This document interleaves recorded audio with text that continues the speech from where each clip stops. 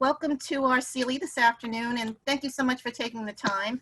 This is for real estate closings and the new norm, the new rules and practices. This is a 1.5 CLE credit. You should have, upon registration and Zoom instructions, gotten an attorney affirmation sheet, and I'll explain procedures in a little bit. We've got everybody on mute so you could hear the speakers. We're going to run till about 2:15. And any questions, please just indicate on the bottom of the chat room. We will be fielding your questions and try to address them towards the end of the program.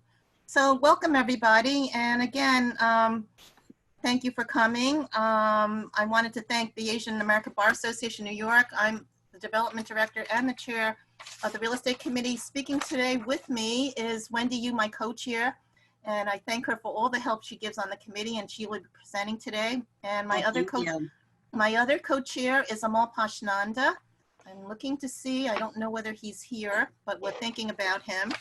And I just wanted to encourage all of you to join Ephany. We give this committee alone probably does 16 events a year. We have gone virtual. We will be doing some where maybe we can network a little bit. Upcoming topics are really good. Next week, we have condominiums and co-ops. Anything that we didn't cover today is just residential and mixed use. We're separating it to condos and co-ops, particularly the Manhattan market. That'll be next week. You can register for that. On July 28th, a big one on diversity and inclusion.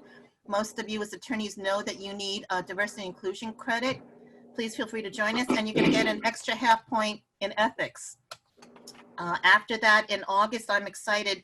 I'm going to do one I haven't done one in a long time on claims and real estate fraud. And I'm going to give a shout out to Don Nguyen. I just saw him appear in the box and wave.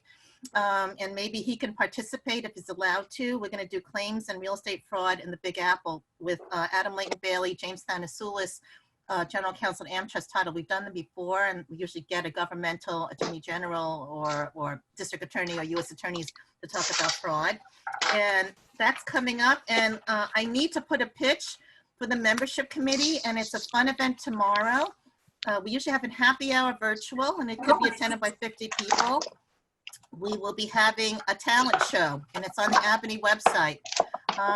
Somebody please press your mute button. I don't know who it is.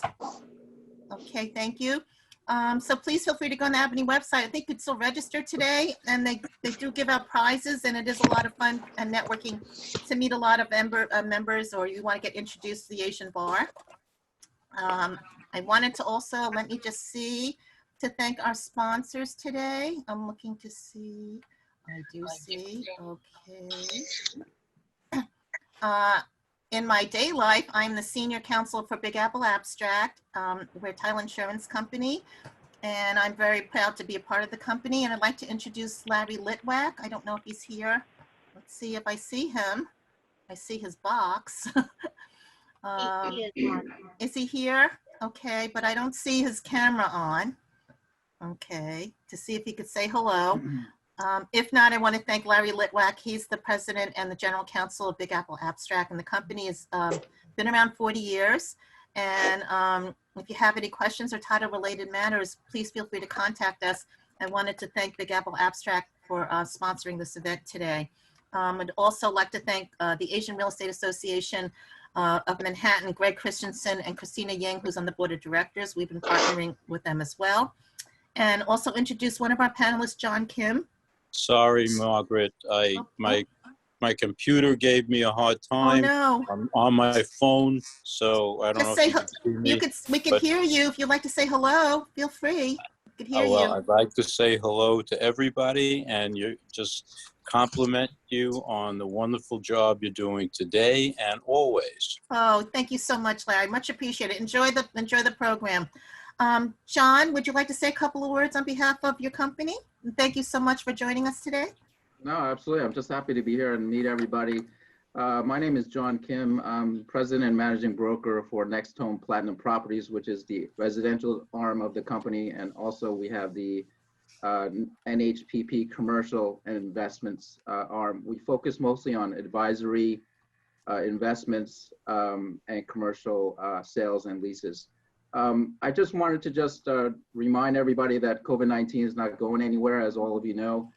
Just be safe and be well.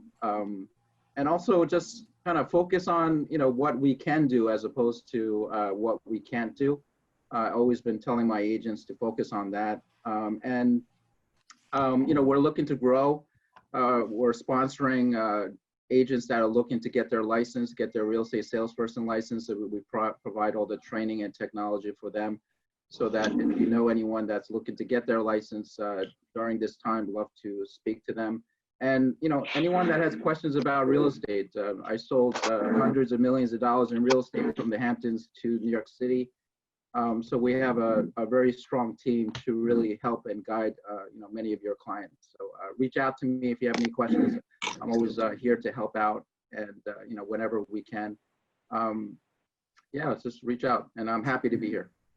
Thank you so much, John. I will ask all the panelists at the end, or if you want, just put your email in the chat room so everybody here can contact you if they need to. But if anyone does, just contact me, and I'd be happy to direct it.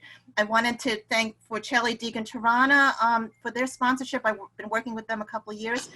Jane Chen has become a dear friend and a colleague who's on the panel today. So Jane, I see Lauren. Would Lauren like to say a couple of words from the marketing department on behalf of the firm?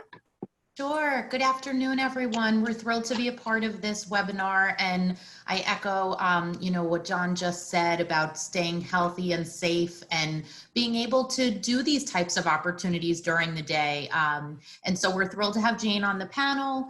And just so everyone is aware, Forchelli, Deegan, Terrana is a full-service law firm, one of the largest actually on Long Island. Specializing in real estate, but with 60 attorneys over approximately 12 practice areas. So from soup to nuts, everything real estate related that could possibly be incorporated into the deal, from banking and corporate, et cetera, serving national, regional, and local clients. And I will put my email into the chat as well if anybody has any questions or needs anything. We are here to help and serve, and we've been very fortunate to be working throughout the pandemic. So looking forward to learning what everybody has to say today and hearing from Jane as well. So thank you for letting us be a part of it. Thank you, Lauren. I can't stress enough what a major firm they are. Sometimes the clients get into binders. They're very good on zoning. I'm going to be planning a program. I just spoke to Jane and John Kim on the industrial development, meet with the Nassau County executives, because the Asian developers have not been able to get past zoning and all the complications of building in Nassau County. There's tremendous opportunity. So I'm going to try to match everybody up with government and talk about it. Tax certiorari, and they do condo co-op offering plans. I want people to know that, because people have a tendency to run into the Manhattan law firms. So please contact Jane if you have anybody interested in doing that. Thank you, Margaret. On that note, I'm going to read just the blanket thing that I have to do the recital for the CLE. The Asian American Bar Association of New York is certified by the New York State Continuing Legal Education Board as an accredited provider. This program has been approved in accordance with the requirements of the CLE board for a maximum of 1.5 credit hours, in which 1.5 credit hours may be applied towards the areas of professional practice requirement. Both transitional and non-transitional New York attorneys will receive credit for this program. You must have pre-registered and confirmed for this program to receive CLE credit. The first page of the written materials that were emailed to you is an attorney affirmation, which you must complete and return to cle@abney.org. The 2 codes will be announced during this program. Record the codes on the attorney affirmation. Please return as soon as possible within 1 week, and you will get your CLE certificate. You have received a link for online evaluation for this session with the written materials. Please kindly complete the evaluation so we can improve our programs. I do read the evaluation, so please feel free to be open with your input on that. This program is being recorded for archival purposes. Your continued attendance in this program constitutes your consent to transmit, record, and use your voice and image for this purpose. So you should have gotten attorney affirmation. I will be reading 2 codes. We'll also put in the chat room. You're going to record that, sign it, get it back to Ephany. If you have any problems, just get it back to me. I encourage you to go into the reading materials, which we'll be referencing because it has a lot of really good information. And again, any questions, just get back to me. That'll be fine. So we're ready to go. And normally if we were in person, I would say everybody go get something to drink and be comfortable, and off we go.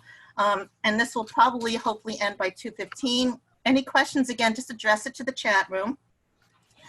I have to read my bio, which I'm not going to do. It's like 2 pages. Most of you probably know me. Just quickly, I do co-chair the real estate committee. I've been an attorney since 1986.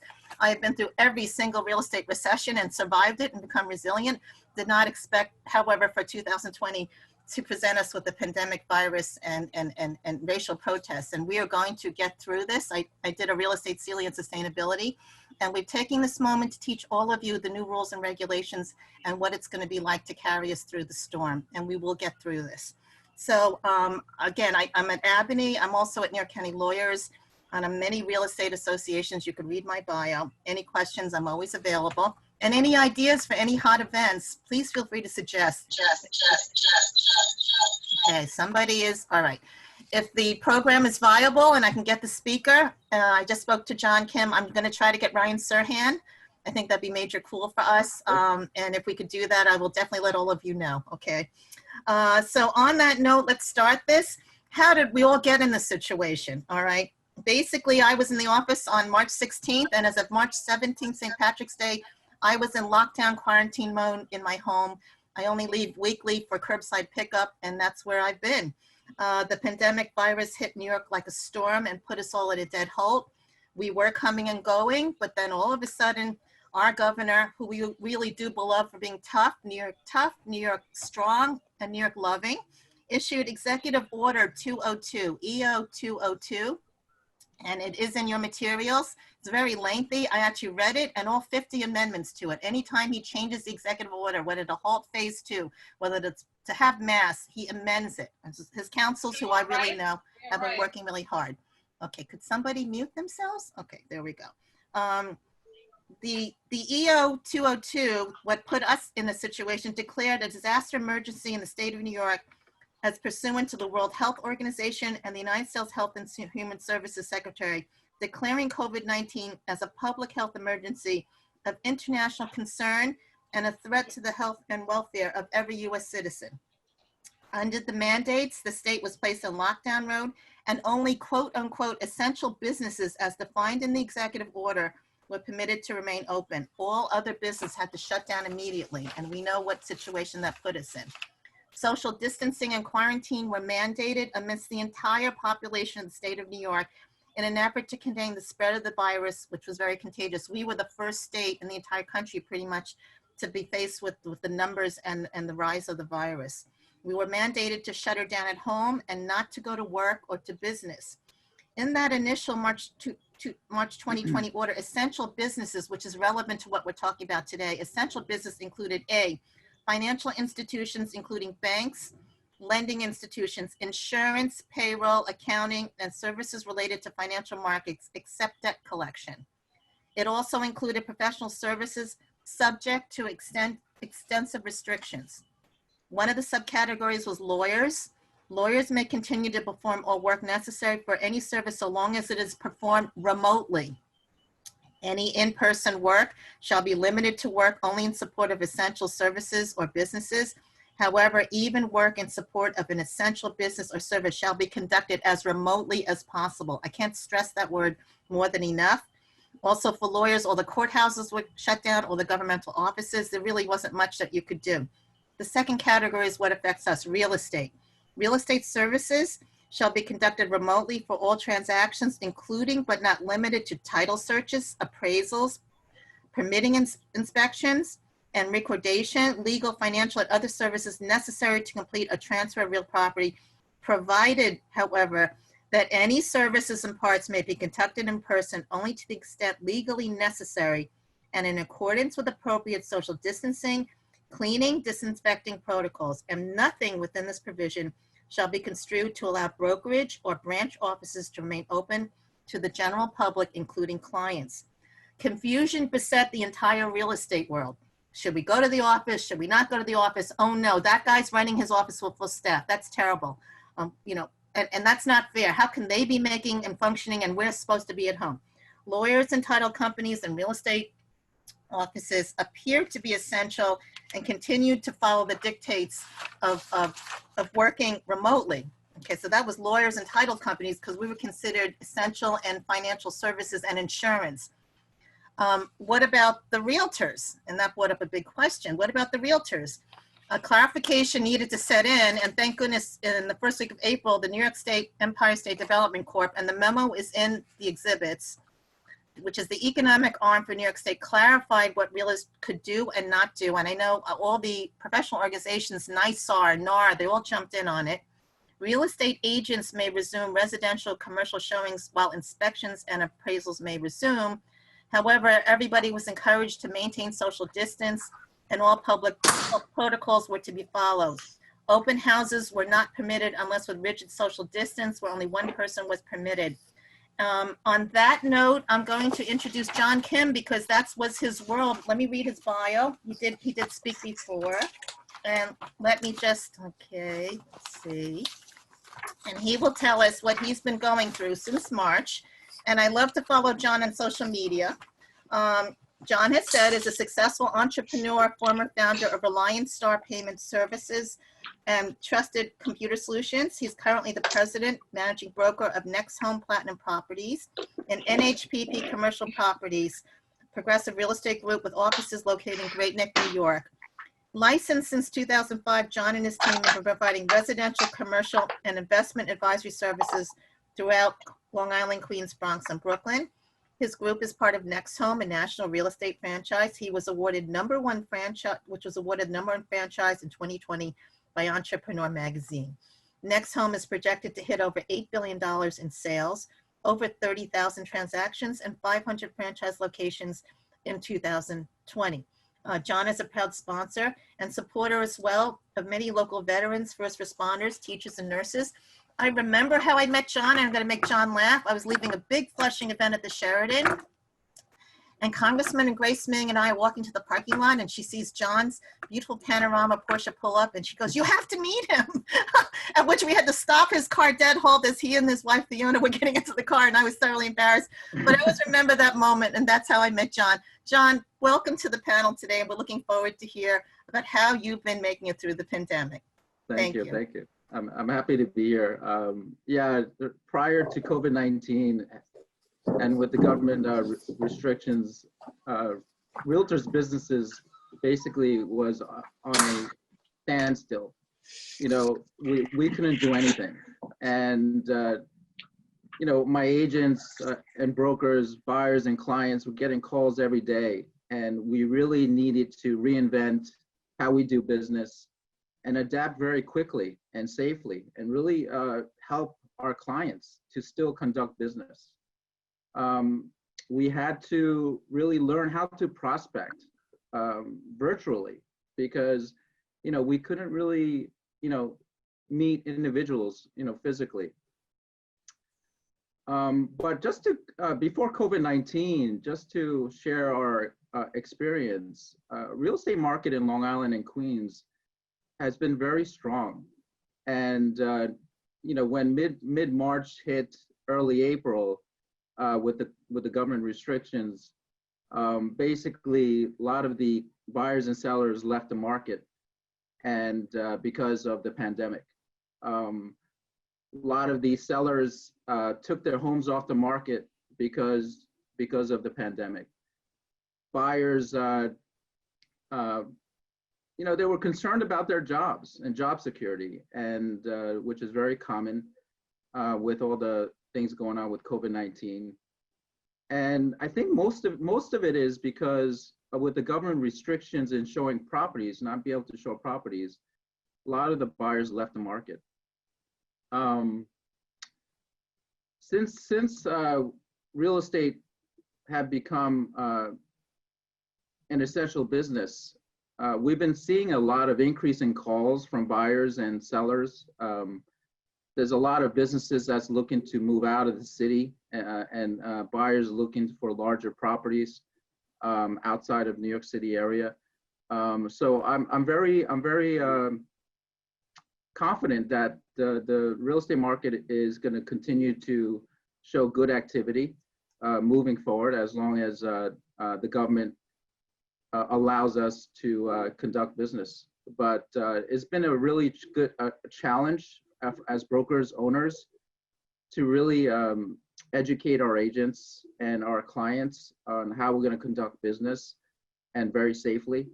We've been really telling our agents and supplying them with a lot of the PPE equipment that they need. So in terms of showings, we are conducting showings, and everyone needs to wear masks, gloves. We even have shoe covers for them to walk around the properties at the home.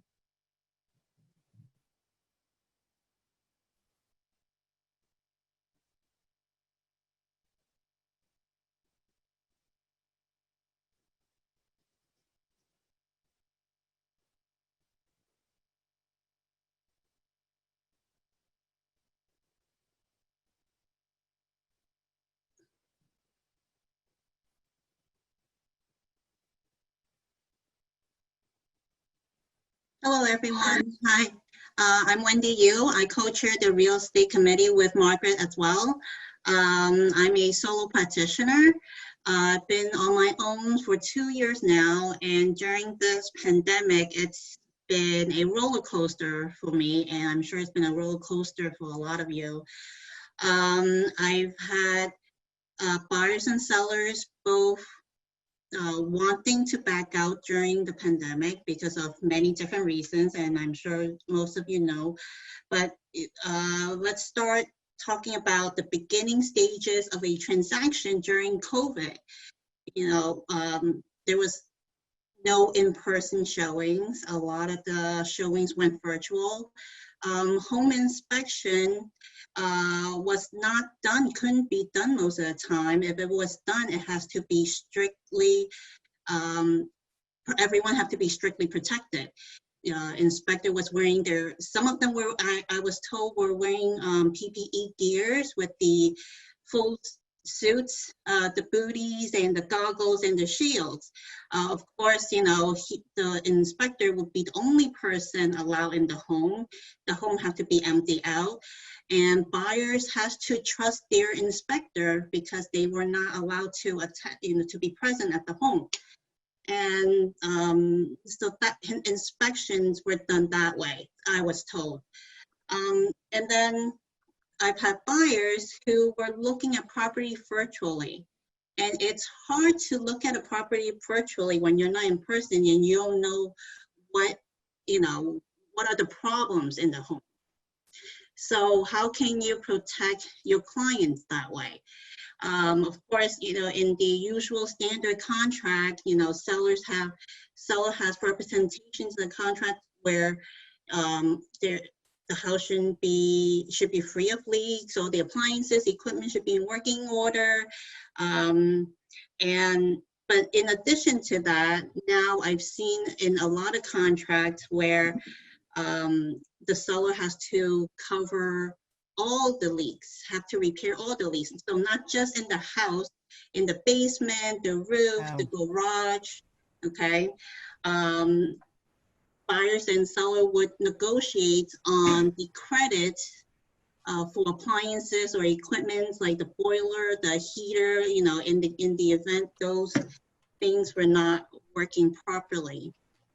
Also, if an home inspection wasn't able to be done in the beginning of the transaction, a lot of the contract I've dealt with has a subject to clause, subject to a home inspection maybe right before closing, because buyer really they need to know what's going on, what kind of house that they're purchasing.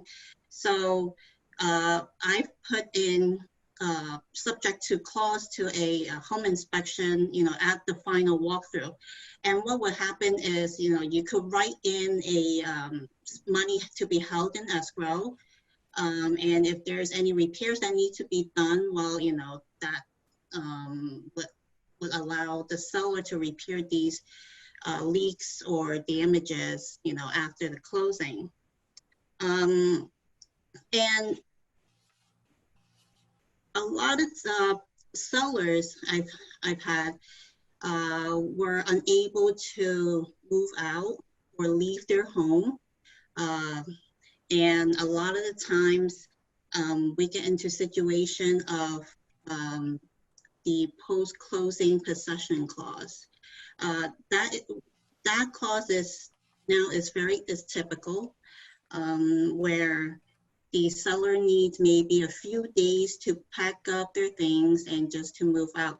Well, due to this pandemic, it's not so easily to just pack up everything and go. And, you know, as much as the seller wants to stay as long as they can, well, the buyer also has to worry about their mortgage commitment. So that usually is the leverage point for both sides. The buyers want more time on the mortgage contingency, and the seller want more time on, you know, staying in the house as long as they can until they're, you know, viable or feasible to move, to schedule a moving company to move out. So in the beginning stages, when you're negotiating a contract, you can ask for more time on mortgage contingency for the buyer.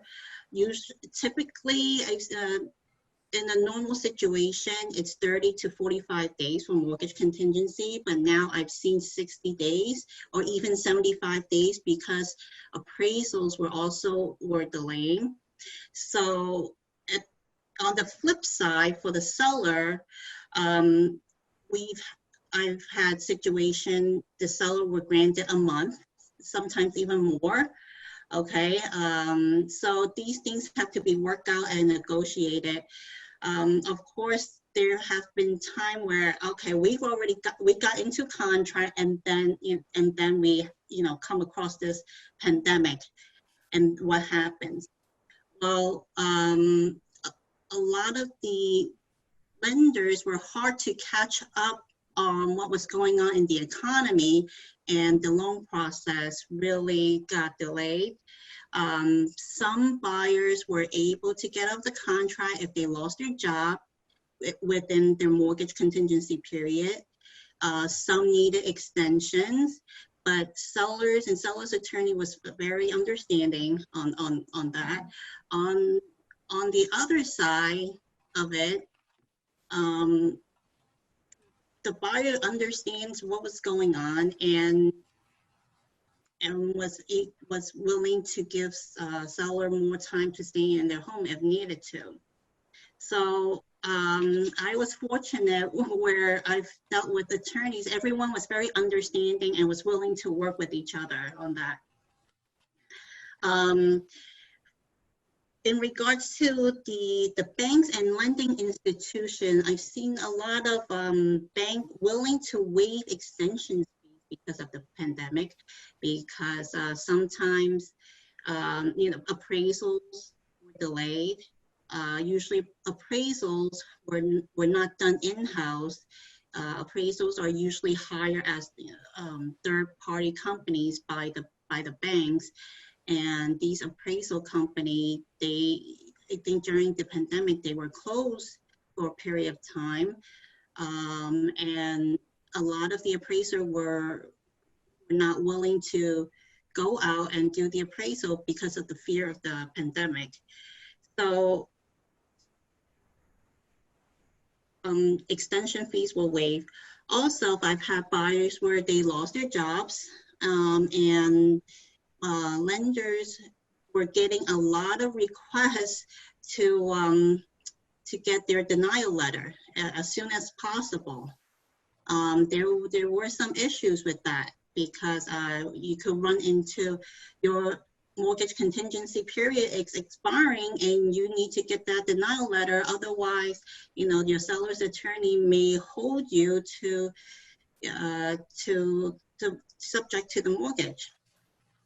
And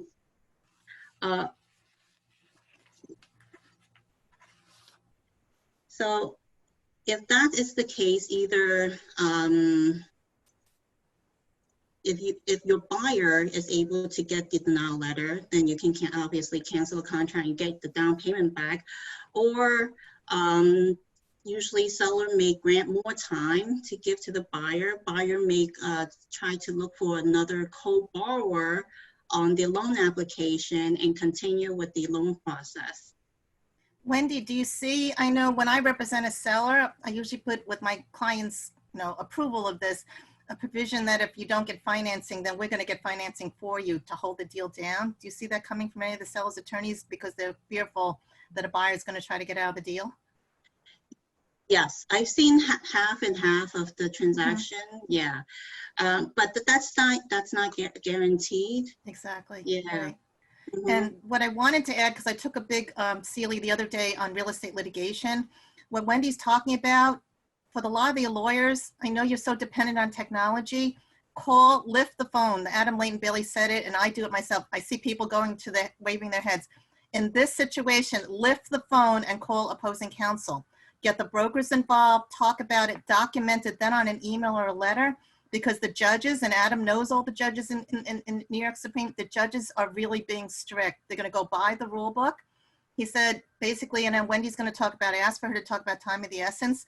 Time of the essence TV has been such a big deal the last couple of years. I've been doing this 30 years. Nobody would throw TV at your opposing counsel or anybody else, but people do it now. They hold firm to it. Condo sponsor deals, you don't make those deadlines.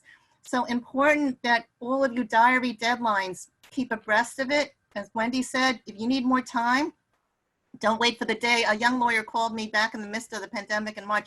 Don't call the day it expires and try to get opposing counsel to be sympathetic. They're going to hold you in default, okay? Yes. Give yourself time to protect your clients, but get on the phone, all right? And I know that's very old-fashioned.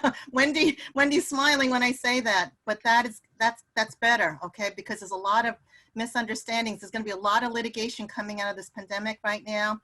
I know the claims that are going to surface and unhappy clients and a lot of misunderstandings. So more so than anything with the attorneys doing transactions, you really have to guide your clients and really spend the time to talk to them, okay? Because they need to understand all the ramifications that are happening. Back to you, Wendy. Didn't mean to disrupt. It's okay. So yeah, during this pandemic, I was on the phone all the time because it's sometimes on emails, it's so stringent. It's just more personal to speak to the opposing attorney and explain the situation of your client, and hopefully that they will understand.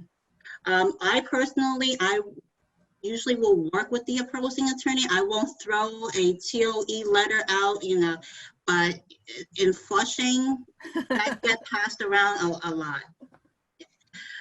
However, of course, maybe if your buyer was need to apply for a mortgage, sometimes it's easier for buyers to get out with a mortgage contingency. When you have an all cash transaction, it's not so easy to get out the contract.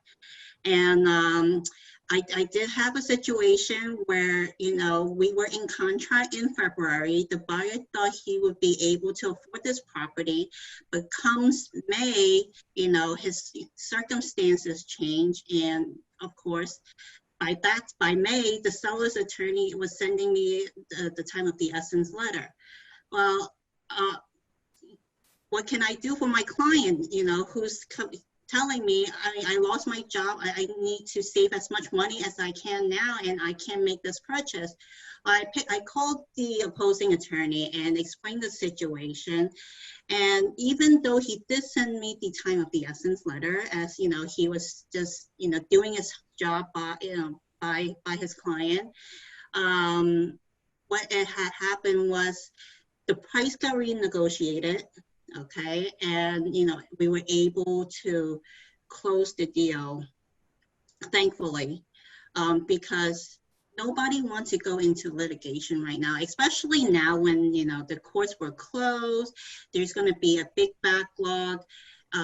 Nobody wants to get into that situation. So thankfully, we were able to close. I had another contract that we got into at the end of January when this whole COVID-19 news started coming in the US. And we just closed literally just yesterday after 6 months. The seller was very understanding. Seller's attorney did not send over the time of the essence letter, but my client did have to extend their mortgage commitment letter. They had I'm not sure whether the fees were waived, but it most likely did because of the pandemic. And thankfully, we just closed yesterday. So we have to be careful with the all cash transactions. TAIN. I'll put it on the chat room, 4851. Wendy, anything else that you want to include? No, I will probably have more later on towards the Okay. end. I apologize. I was muted and I wanted to give Wendy credit for her bio, so I'm going to read it quickly. I couldn't unmute my box. I had tech issues. So I'll be reading Wendy's bio and then introducing Jane. Wendy is a solo practitioner, and I'm proud to say I know Wendy was one of my co-founding co-chairs of this real estate committee that's been in existence for over 13 years. I knew her when she was a young associate at the law firm of Key Lau Key, that's Glenn Lau Key. She also simultaneously, and she's a superwoman, helped found the Solo Small Firm Committee from 2012 to 2015, the founding chair of the Solo and Small Firm Committee with Pauline Young Hahn Abney, and I'm very proud of all the work that she's done. She took a little bit of a baby leave, her daughter, and I'm so proud that she's become a proud mom. And then she is back. So she's involved in real estate law. She represents sellers and buyers, as you could tell. She does commercial residential. She was a bank attorney. She also was by Glenn Lau Key's side, which was a heavy duty time for her when he was the president, the first Asian president of the New York State Bar in 2014 to 15. And I know he heavily depended upon Wendy to do a lot of things. Educationally, she is a proud graduate in political science from Hunter, went on to Duquesne University School of Law with a JD degree and has an LLM in taxation. And I think you should be proud of that. Thank you so much, Wendy. And I'm so happy to have you back this year. I recruited her back to be by my side at the committee. We have Jane Chen coming up next. Let me make sure I read the right bio. And here we go. And I'm happy to say Jane is a rising star at Forchelli, Deegan, Terrana. I met her right when she got out of Hofstra Law School.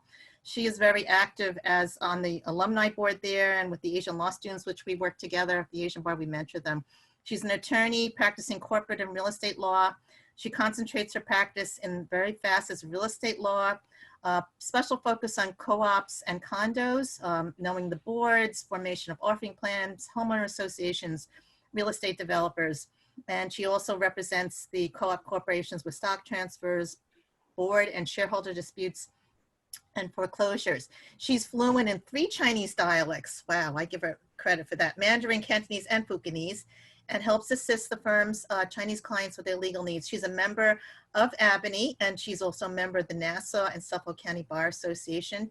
She has been published in the New York Real Estate Journal, the Suffolk Lawyer, the Journal of International Business and Law, among others. She is an executive board member of the Hofstra University Law School Alumni Association and is co-chair of the Alumni Association's Diversity Committee. She recently joined the Hofstra University Mentorship Program. Jane is going to focus because Jane is also a client of mine at Big Apple and has managed on some really complicated mixed use and commercial deals to get through closings during the pandemic. And I wanted her to share all of her experience and knowledge with some of the changes that you might have to experience that have come up. Jane, welcome to the panel.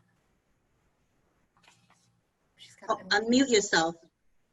Okay. Thank you, Margaret. Hey, you're welcome, Jane. Thank you for the introduction. Thank you for the wonderful, bio and assisting us in, putting together this program. So just to echo off Wendy and Margaret from earlier, I also represent a lot of condo sponsors in the sale of condominium units.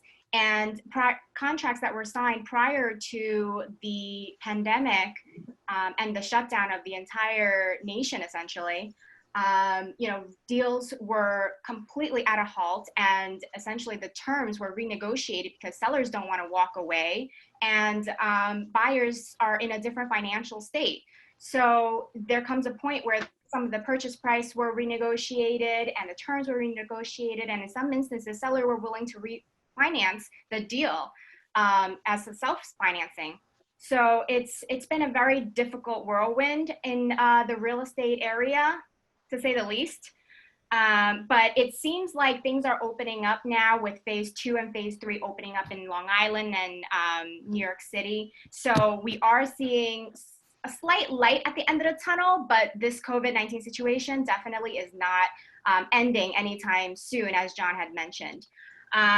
So to give you a brief description of the due diligence process in mixed use refinance and purchasing, oddly enough, the lenders haven't been boosting up their language in loan agreements, but their due diligence certainly has. And they've required escrows in the amount to cover a year's worth of mortgage loan payments, just in case if they're unable to collect rent or if something comes up that would change the borrower or the purchaser's financial circumstances, then at least the lender would be covered in their future loan payments. So I've seen it in a lot of cases that lenders are requiring at least 12-month worth of operating expense plus loan payments, at least 12 months in advance to be put into escrow, typically an interest accruing escrow account with the lender. So that's something that I've seen very commonly come up. But I rarely get involved on the due diligence sides prior to contract. The client would typically work with experienced brokers like John himself and make sure that the financials are good, make sure that the rent rolls are certified. And then when the client, either the purchaser or the refinancer, is satisfied, then they would come to the attorney to prepare the contract. If you are the seller obviously prepares the contract. If you are the purchaser, you have to review the terms of the contract to make sure that the terms are in fact agreed upon by both parties and that you have certain terms that are not snuck up on you to the disadvantage of your client. So to briefly discuss the provisions in the contract, force majeure clauses have been boosted up. In the court case, I have it in the CLE materials, in Team Marketing USA Corp versus Power Pack LLC, the court specifically said that when the event that prevents performance is not enumerated, but the clause contains an expansive catch-all phrase in addition to specific events, then words constituting general language of excuses are not to be given the most expansive meaning possible, but are held to apply only to those specifically mentioned. Now, what the hell does all that mean? So essentially what they're saying is that a force majeure clause is a very general clause. It's a catch-all phrase. Essentially, it's to excuse performance in the event that there was an act of God that prevented the performance of either party. Now, courts see this very, very strictly and interpret it to its strictest, clause. As stated in that court case and in many court cases to follow, unless it has the specific act of God enumerated in the clause, they will generally not excuse performance of either parties for their non-performance, essentially. So a lot of the contract terms have specifically memorialized the consideration of COVID-19 pandemic and also put into consideration that municipalities are also working with very limited staffs and New York State offices are also working with very limited staffs. So those also needs to be taken into account in contract provisions and agreed upon by both parties. Most of the time they are very understanding of the circumstances. And given that, things are opening up, county clerks are opening up, it's less of a hurdle to go over. I remember in the beginning, when we were trying to close on a few deals, when this first came out, title companies are sending me gap indemnities, essentially to cover the title company in the event that recording is delayed. The title company would not essentially be responsible for the period of the closing to the time that the documents are recorded with the county clerk's office. And Margaret will talk more about that later on. But from either the refinancing represented borrower side, we were very reluctant because we don't want our borrower to indemnify the title company in the event that there was judgments, liens, or encumbrances that would come up during this gap period. We don't know what's going to happen. someone could come out of nowhere and put a lien or a judgment on the property, and we don't want our client to be subject or liable for those liens and judgments that occur during that gap period. So it was a very interesting time. Most of the title companies I've worked with allowed for me to take out the lien, judgment, and encumbrances, and just included essentially a certification from the borrower or the purchaser, certifying to the title company that we won't do anything to create a lien or encumbrance or a judgment against the property. So that's the extent that, we were willing to negotiate on. I didn't feel comfortable having my client, the borrower, certify indemnifying the title company, essentially indemnifying them in the event a lien, judgment, or encumbrance come up, then they would be responsible and, have to take care of those encumbrances. So that's something that I was really, that I had to work on with my client and the title company and even the seller, because in some instances, title company wanted the lender to also indemnify. And our firm also represents a lot of the lending side, the lenders. And some banks outright said, if that's something we have to sign, this deal cannot close. It was a standoff point. So we had to work through that hurdle. In terms of actually reviewing the loan documents, they're very standard. Every lender council has their own standard protocol and forms that they use depending on the transaction. I do see a lot more swap deals, swap transactions to protect the lender's side because they don't know what would happen with mortgage rates, although they are substantially low right now. And that's why we're seeing an increased amount of corporations, companies, my co-op corporations, for example, refinancing their deal because they want to lock in a much lower mortgage rate. So it's definitely, business has picked up a lot since the reopening. I would say around mid-April to May, things started to pick up a lot more now that everyone's accustomed to this new normal. And we've been getting a lot of business with refinancing and whatnot. Lenders have been very, I don't want to say less stringent, but they have been very accommodating with the time frame. The most, as you know, during a contract due diligence process, the borrower or the purchasing attorney would order title reports from, agencies such as Big Apple Abstract, which I've worked with and are a pleasure to work with. So they would pull the municipality searches, they would pull, lien and judgment searches, et cetera, a whole list of things that lenders would request, and the standard ones, of course.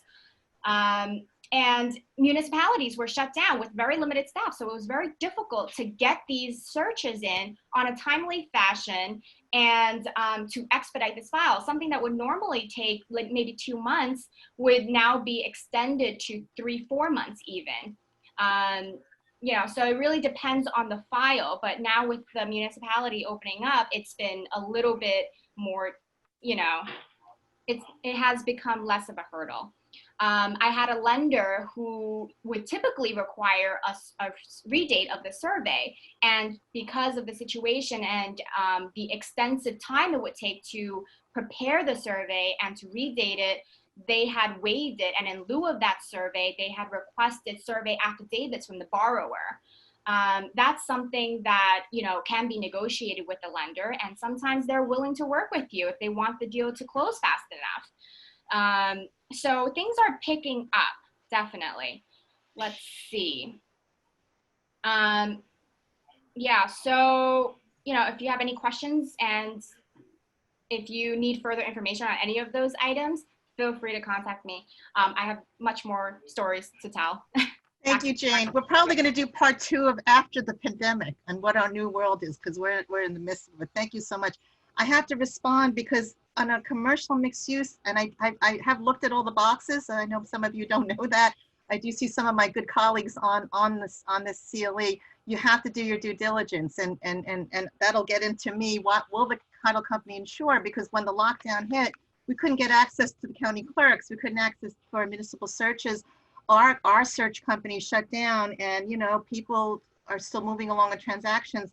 what we do. So Jane touched upon, her getting faced with the title company underwriters gap indemnification agreement. The gap indemnification agreement is in your exhibits if you want to take a look at it.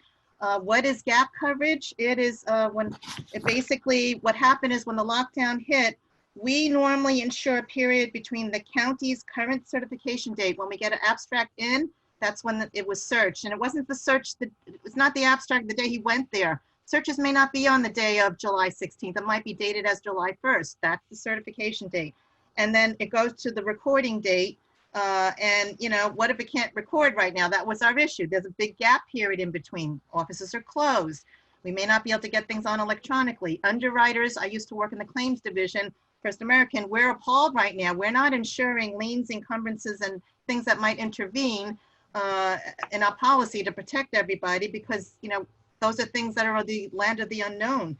So the problem was, what do we do? So the greatest concern the underwriters is that we're raising big exceptions in title reports that we will not cover the gap period.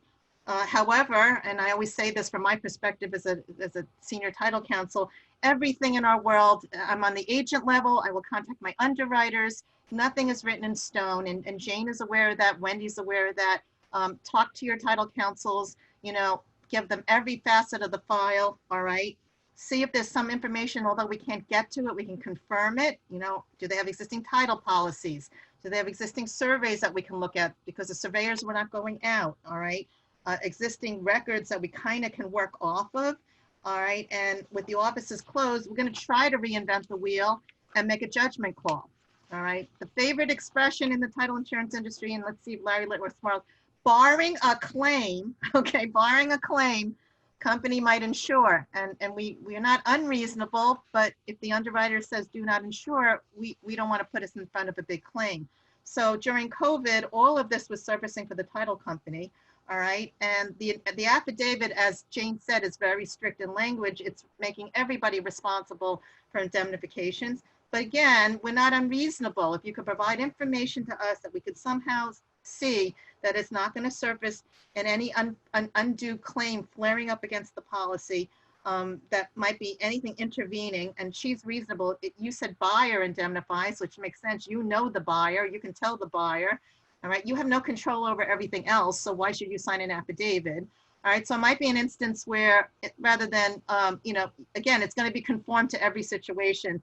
Underwriter, and I know which ones are reasonable, may say okay to insure. I did sit, I won't name the title company, it's competition to Larry Litwack and myself, and they are in the neighborhood, who presented this back in the peak of the pandemic, at the peak of Governor Cuomo's mountain, when you see his paper mache mountain in the backdrop of his press conference, in the peak of the mountain, talked about this and said, don't worry about it, we'll omit it. No, that's not the case, because I don't think their underwriters wanted to hear that.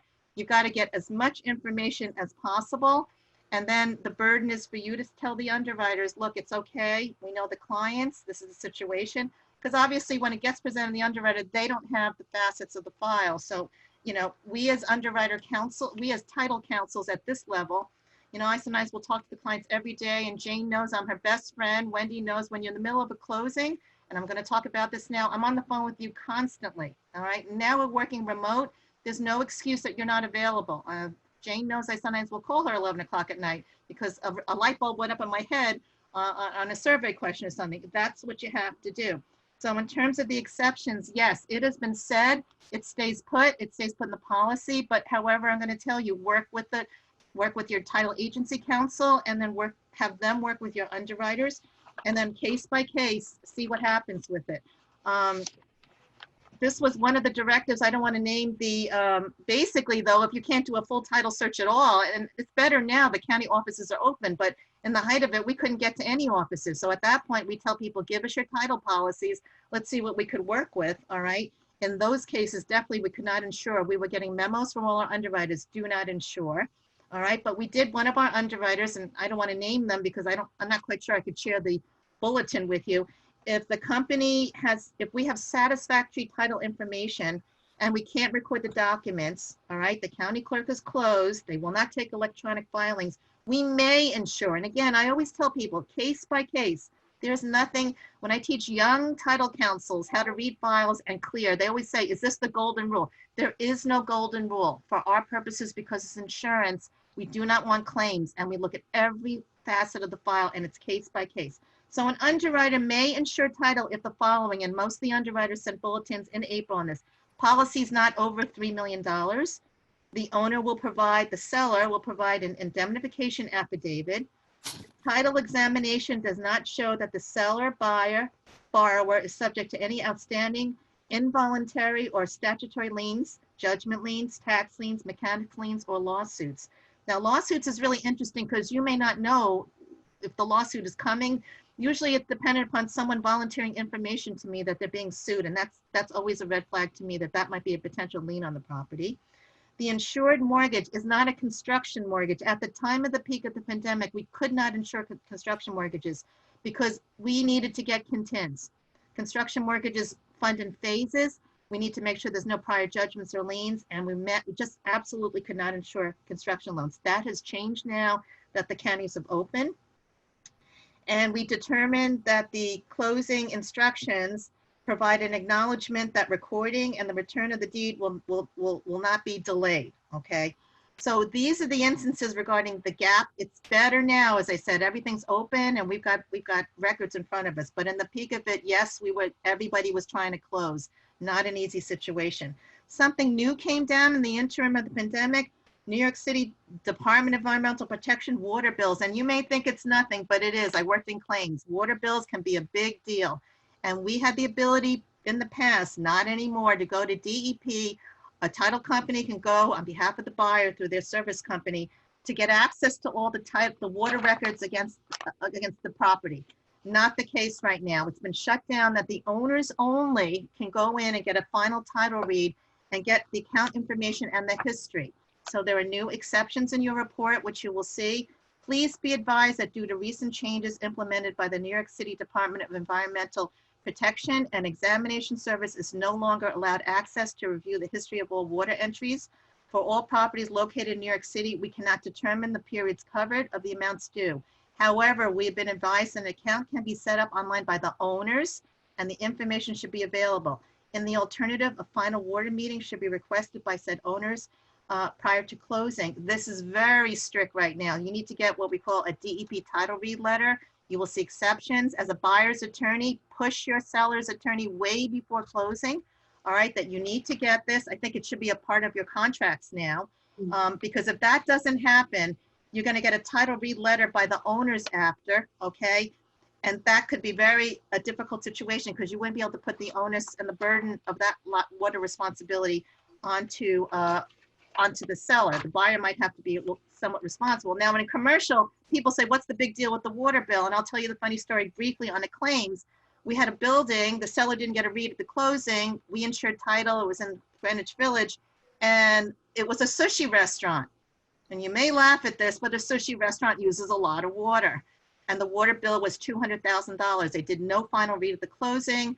I was at the underwriter, the title company put an omit. All right, the buyer gets socked with a bill for $200,000. You can't find the seller anywhere, all right? And basically, I don't think we paid the claim. I tried to argue innocent purchaser with the DEP, which is not easy to do, all right? We weren't able to do that. Basically, the buyer got stuck with a huge water bill. And we used to be able to, Larry Litwack, my boss, used to be on the municipal agency committee with land title. We used to sit there with the commissioner of DEP and actually call them and ask for our goodwill to see what we could do. We don't have access to that anymore, okay? So it's important as parties to a transaction to protect your clients right now on these issues. So the last issue before we go to closing is the power of attorney. Seems simple, all of us do it, right? You get the power of attorney. No, not really. In this age of pandemic, can we always go in front of our client and get a power of attorney? You're going to run over to their house with your notary stamp. I actually had been approached on this in April. I really was reluctant. Clients in Williamsburg, and I really didn't want to drive in, get out of my car. And even if it said, you couldn't even find a place to meet. I said, I wanted them to meet me in Wegmans in the Brooklyn Navy Yard, and they didn't even want to do that. Okay, so basically, what do you do when you can't have these in-person closings? We always try as lawyers, and this was before the pandemic, I always tell my clients, get the power way before the closing. If you know, like John's got a lot of clients abroad, right? Get it before, even if they're gonna come, just get it to have it in the file. Pass it through the title company. If we can't record it, nothing's gonna happen. We're gonna tell you can't close, or we're gonna adjourn you at the table, because if the power gets rejected, everything else, the deed, the mortgage, all transfer docs. So yes, we can use the original power of attorney, it's in your package, but those are the situations where you physically went in front of your parties with your notary stamp and put what we call the wet signature on there. And yes, we will take that to record, but what happens when you cannot do that? So I have executive order, it's called the audio visual power of attorney. All right, that's pursuant to Governor Cuomo's Executive Order 202.7. It has been extended because these things run every 30 days. It's been extended to August 5th. I don't know, I think they're being optimistic to think that we could all stand in front of one another in the next couple of weeks. It's also known as the remote ink notary, and I'll run through it quickly. I tried to do this and I got frustrated at one point with a client that was in California and said, the heck with it, get an original done and FedEx it to me.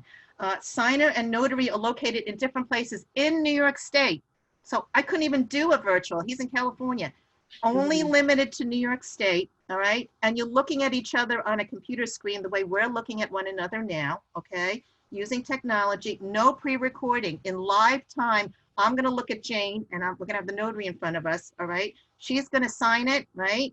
And then I'm gonna notarize it. She's gonna show me photo ID. She's gonna show me a passport. She's gonna put her wet signature on it while I see her doing it, right? And then you're gonna scan and send me the signed document during the session. I'm gonna run and shoot the phone and send it to me. And then I'm gonna go back to you and then I'm gonna sign the notary and then go back to you, all right? And then you're gonna send me the original in 30 days. As seamless and as easy as that sounds, it isn't. And Jane, have you been through this, that you've done it? I wanna hear your feedback on this. I haven't done it. Have you done it? With a slight modification, Okay.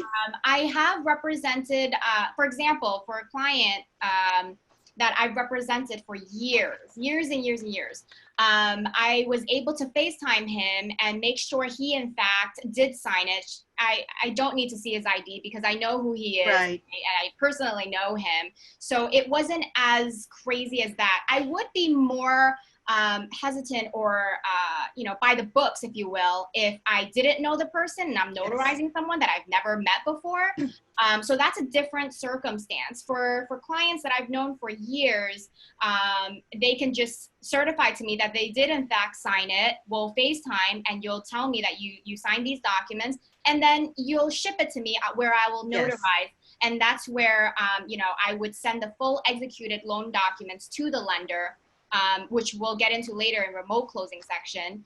And that's how we've been typically doing it.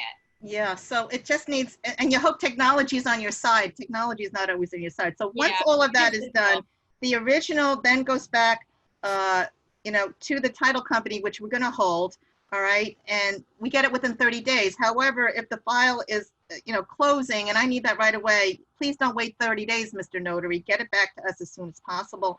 Then we will submit it and we're gonna put that an acknowledgement that this POA was taken by the notary pursuant to AV technology, pursuant to EO 202.7. Why is that important? Because the county clerk can be a pain in the neck and go, where'd this come from? And they might kick it over. They reject a power of attorney, we can't record any documents. So it needs to be, and the title company will help you. The recording clerks are great, we'll review all of this.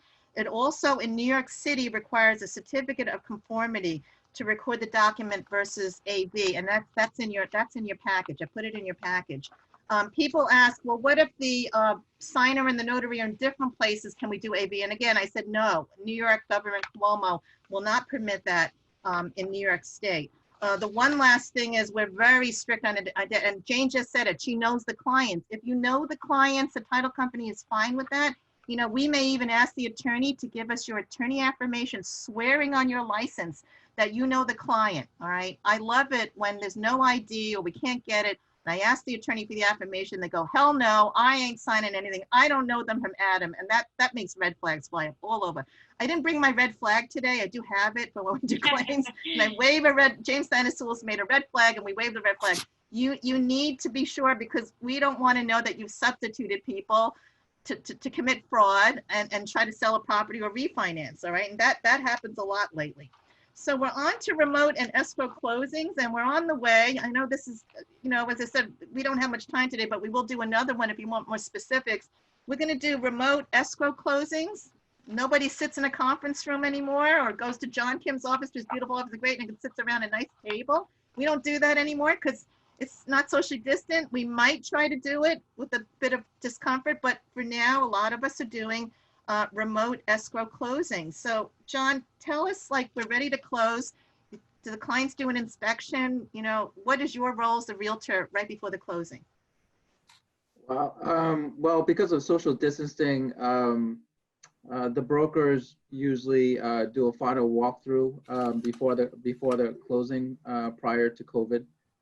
But for right now, you know, they're able to still do final walkthroughs.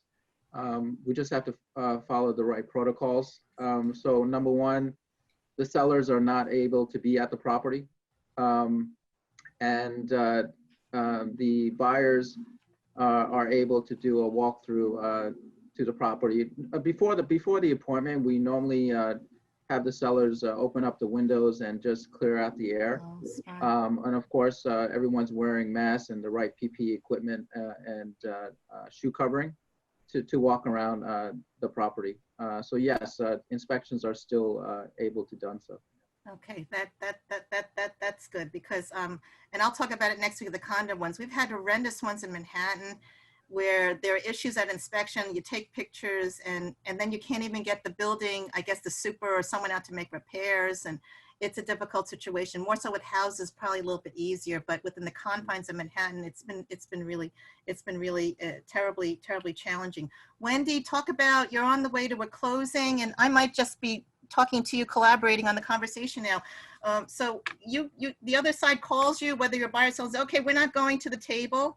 Well, let's talk first about when you're going to go into Flushing. You're going into beautiful downtown Flushing to do a closing. Tell us what that's like. Well, I was in Flushing yesterday, and everyone was wearing face masks. So that's why I kind of want to give you a heads up and see what's involved before. Okay. Can everybody mute, please? Thank you. And so I was very surprised that everyone was following, you know, social distancing and, you know, the wearing face masks. And of course, as you get into buildings, there are marks on the floor that you have to be 6 feet away from each other. Depending on the size of the elevator, usually it's either 2 or 3 people per elevator ride. Okay. Because the elevators in Flushing are tight, and in Queens Crossing, it takes so long. If you see an elevator, John's gonna smile. You're gonna jump into it because you don't know when the next one's gonna come. So that's interesting. So all of you are sitting at a closing. Is this a closing that you're talking about? Yeah. Well, thankfully, the closings that I've actually have to go to, there's more than one conference room where sellers are in one room with their attorney and buyers are in one room with their attorney. The bank attorney would be somewhere else at another desk, and the title closer is also at another outside the conference room. So, so we were able to keep distance. And those closings, are you doing wires or are they coming in with hard copy bank checks? They're coming in with bank checks? Depending. There were a lot of wires, but the problem with wires is, you know, wires may not hit on the same day. And of course, you know, title closer at the table have to write something, you know, to ensure the seller's attorney that they will hold the deed upon seller's attorney confirming receipt of the funds.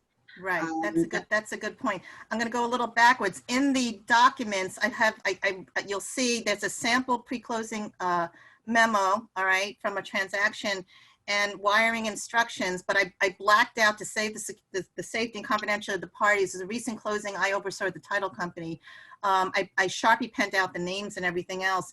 With wiring right now, in the old days, Jane and Wendy would know, we'd send opposing counsel a pre-closing memo with breakdown of where every single penny of the transaction is going. All right, so all the buyers would know what kind of checks to get. We'd have instructions. Now more so, you're also putting wiring instructions. If the seller, you know, if everything is wiring, you're gonna have to tell the buyer, okay, send $1 million into the title company. Tell us, seller, tell us how we're going to break it down. I need wiring instructions. I need specific wiring instructions. I don't just need someone's name. I need their bank account. I need their address. And I need the bank. Sometimes I'm asking now for the bank officer at that branch that I can call. And I'll explain a little bit, you know, why we're doing that. And this starts early in the transaction. So Wendy, I'd asked you before I called you when this started, you're doing residential, and if there's a mortgage, you've got TRID statements to worry about. So you've got a lot of communication going back and forth on behalf of the bank, right? And how is it with getting the TRID statements lately? Any delays? Well, thankfully, there haven't been much of a delay because I think bank attorney, they know to get all their TRID information early on the transaction, so that, you know, to prevent somewhat of a delay, you know, towards closing. So in a remote situation, and then the other thing with the TRID, which we all know as a practicality, not so much, I don't think we have to worry. Well, maybe so, maybe Jane's under, you're waiting for the bank to get you the magic net mortgage figure so client can figure out how much money. And it's, you know, uncomfortable if you know your client has got liquid assets. John's gonna laugh. You could say, oh, we'll cushion it with 50K, you know, but you can't always say that. Sometimes the first time home buyer, they need it down to the penny. So I always say the golden rule, do not schedule 9 o'clock in the morning closings, especially now with everything else that's going on. Make sure it's into the afternoon, not too late, because the title company, we've got wires coming in a reasonable hour so everybody can intervene on that. So these pre-closing memos go back and forth. I've always had resistance from other parties that don't want to do it. Usually, you know, usually the seller does it because they're getting the money, but lately, it's a situation where if I'm a buyer, even the title company, as a title company, I'm doing extra courtesy and I'm doing pre-closing memos with all of these instructions. And if I'm taking the wire, then more so I want to do it because I want all the information in front of us. You know, title company, we know we keep updating the title bill for the TRID, for any adjustments. We prefer to do the ACRIS. I have situations where the seller's attorney wants their company to do it, and then they don't do it, or they don't do it right, and I can't get the documents recorded. Prefer to have whoever's insuring title, let that company do ACRIS so they can adjust documents, you know, to get everything done. Normally when no one's sitting at the table, the title company will send the escrow agreements, all the affidavits that are required to be signed. Everything gets emailed to the parties up front, right? The bank attorneys are gonna also do the same thing. They're gonna send you the whole package. I did speak to a young attorney recently. I said, yes, you need to review that. You don't just run into the lobby of your client that's buying and just have them sign. You need to explain to them the bank documents. He didn't want to do that. And I said, no, that's part of what you need to do. And then there's an escrow letter, which is also in the package, usually sent by the bank or the seller's attorney to the title company, reciting every document that we're holding. So all originals are held by the title company. And then when all the money is wired back and forth after the closing, and what we say the wire hits, all the recipients get their money. Even the mortgage payoff bank gets the money. That's the biggest facet. The seller gets their money. I get a phone call, and from all parties that I sign on that letter, that I can record the documents. If I get a call from someone that I never got my money, obviously that's it. There's a problem, and I'm not running to record documents because that's a big claim that's happening. It's a simple letter, and I put it in the documents because a lot of people are calling me, Margaret, I have to do a title escrow letter, and I don't know what to do. And it's a simple letter. Nothing is complicated, but it does have indemnification and signatures on the bottom. So basically, a lot of stuff for this now, not sitting at the table. In the old days, we'd bring it all to the table. And I kind of think that maybe it is working a little bit better, at least on residential. Jane, what do you have to say about on the commercial ends? So oddly enough, I do a little bit of residential transactions as well, given that I represent a lot of condo sponsors and on behalf of the co-op board as well to coordinate transfers and to conduct closings, etc. My firm has been very accommodating with sit-down closings with certain caveats. So, for example, if the closing parties exceed 4 people, we would need to book 2 conference rooms instead of 1, just to ensure that everyone is in fact socially distanced with 6 feet apart. And they need to fill out questionnaires in advance of the closing, just so that we can ensure no one has contracted the COVID-19 virus within 14 days or have not been to any of the 14 Are you taking temperatures as well? I mean, are you doing that? Yeah. So RXR Plaza has implemented certain protocols to ensure that everyone is also safe. So before you can even get through the elevator, they have a remote temperature thermometer device that will automatically scan your body temperature prior to you entering the lobby area. So that has been very helpful. And it's just, everyone has to implement these protocols to ensure that we stop the spread of the virus to, minimize that risk. So we have been doing some of the, smaller residential closings in our office, only because it's such a headache to coordinate everything, because there's just so many parties involved, which includes the title, the lender, the, seller's attorney, buyer's attorney. It's just a headache in my experience, and it takes way too long to coordinate. I'd rather have everyone sit in the room, sign what you have to sign. I'll notarize for you then and there, and then we'll keep the deal moving. And then the issue of getting copies. We did one with the poor title closer, ran between Kips Bay and the bank attorney was, I think, on 34th by Penn Station, getting copies of documents. And yes, you could take it with your phone, but then you need to, it's a little awkward and timely, and you just want a comfort level, to kind of get it done. So, basically from the title company's perspective, and I was listening to one of them, and the counsel was right. The title counsel stays during wiring, and I'm sitting at home. We had one, and Larry's going to laugh. We had a 1031 exchange money coming in from the buyer. He's positioned, and let me get this right, he's in Honolulu, Hawaii, and his 1031 exchange is sending the money in is in San Francisco, and it's on a mixed-use property. I think it was $4 million in Brooklyn. So you've got different time zones. So everyone's got to consider that, So I tell the title counsels that are in charge of the wiring, you're not to move an inch, and I indicated that. I am sitting at home, but I am at home. My phone is up. Just in case something happens, you have to be, responsible to that. And I'm going to cover the last part of this.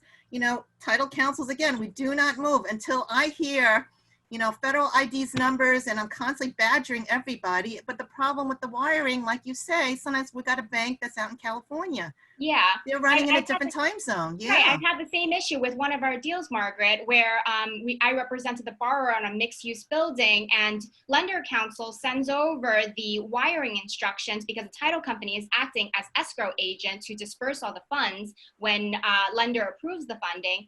And in that particular instance, the lender and borrower had agreed to hold X amount of money in escrow to account for the expenses for the next 12 months, and including the mortgage payments and whatnot, which is standard. But he failed to mention that the lender had already withheld that escrow amount prior to dispersing the remaining funds to title company. And then I get an email and follow-up phone calls from everyone asking, where is the additional X amount? Jane is talking about a file she and I worked on. It was a tremendous amount of money. I'm not going to say the number, but it was a disbursement of over 5 million. It was between 5 and 10 million. And the underwriter counsel, who I'm not going to name, so this is an instance where it didn't go to Big Apple to hold escrows, too much money coming from the bank. And it makes sense. It went to the underwriter. So the underwriter will be responsible for holding all of that money. It was like $7-8 million or so. And the figures, it's Friday, 5 o'clock, and we're going back and forth on the phone. And that issue came up, that little gap, and the underwriter counsel called me, and I won't name him because he released all the funds already. He should have called me first to ask about the discrepancy.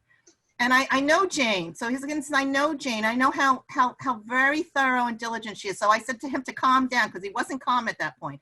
I said, you shouldn't have released anything, including the mortgage payoff, till everything's confirmed. If you have an issue, you are sitting at the underwriter. You hold all the escrow. Just call us. We're all on the phone. Please don't. And he did. So it's okay. Thank God I took a deep breath. I called Jane and she told me what happened and we were okay. But those are the instances you do not want those. And I do tell war stories all the time when I do these closings, when I do these events. You do not want that to happen every step of the way. And everyone knows when I do escrow, I'm going to call you until I'm your best friend, that I know all the money's in place and that we're under control. One last issue, and I hate to leave on a bad note, it's a war story, wires and fraud protection. We cannot help but talk about this now. In the age of the pandemic, and I will be doing a cybersecurity event, and I did mention at the beginning about how things happen. We rely upon our emails for the wiring instructions. No, we're gonna call that person and speak to that person to make sure and confirm all the numbers. I can't just rely upon the email because my email is mling@bigapple.com, right? So what if someone sends Margaret Ling and has Big Apple 8 or whatever it's coming from? I may not see that, and I may not know that's a fraudster breaking in to say, send me the blah, blah, blah millions of dollars on behalf of, Forchelli, Deegan, Terrana. And it has happened that people are not looking because we speed through everything. We're Zooming. I laugh. We Zoom, Zoom, Zoom. And the other word for the pandemic is driving me nuts. I'm a tennis player, is that pivot. We Zoom and we pivot. No, slow it down, people, because slowing it down is being careful. And in these wire fraud situations, you will see it that you'll get, and the underwriters are very vigilant on the bulletins. Be careful with every wiring instruction you get. Read it carefully, read it thoroughly, read it many times, confirm every party. Fraudsters are sending fake emails, texts, they're breaking into people's computers. I just got a nasty email from our executive director that someone couldn't get into this event and they're all upset at us. Well, they didn't identify themselves and they didn't register, and we do not want Zoom bombing. We had a very bad incident in Nassau County Bar this week, and it was a civil rights event with 100 people, and Nassau County is not doing this anymore. They were just saying, join this event, here's our Zoom instructions, and it went out to 5,000 people. They got Zoom bad. It was really bad, and it was on a civil rights issue. They're still talking about it. We don't do this at Ephany, so it's true. I'll apologize to the realtor who emailed us with all of his upset. He doesn't need CLA credits. I'll send him the video, and I'll tell him that we just don't want to be Zoom bombed. You didn't register, okay? Mm-hmm. But this happens, and then basically, it's usually like, I need it now. There's a change in wiring instructions. It's happening immediately. You need to wire it to me as soon as possible. Be aware that that is very irregular. Changes like that do not happen really readily. Payoff letters, okay? We're paying off Bank of America. We're paying off a couple of million. I've seen payoff letters that have been very, very forged. You wouldn't know it. The seal looks fine, everything. On the payoff letters, we are very vigilant at making the phone calls, and it may take a little bit more. Wendy's sitting at a closing table in Flushing, and I know she wants to get out of there as soon as she can. So, but the closer has to confirm. So a good closer will get the payoff letter before the closing and make the phone call. So sellers on the phone, if I ask you to please get it, do not bring it to the table. I want to see all your documents in advance of closing. We're doing it to make it easier now because given social distancing, to minimize the amount of time that you're going to sit in the closing room. All right, speak to every party on your wires just to make sure there have been no changes. If you get that, and I've been in my office where someone got an email like that for a change of 60,000, jumped up in her cubicle. Larry's gonna let the woman jumped up. Oh my gosh, there's a change. What do I do with it? And I'm like, don't do anything with it. Make sure it's legitimate because it doesn't seem like that's normal, okay? Mm-hmm. So fraud prevention, and we'll leave on a high note. Change your passwords on your computer to avoid people from phishing and breaking in, all right? Watch for fake emails, anything strange, watch for spam. Anything that says law closing or closing title on their email is probably not a recognized email, okay? Verify everything.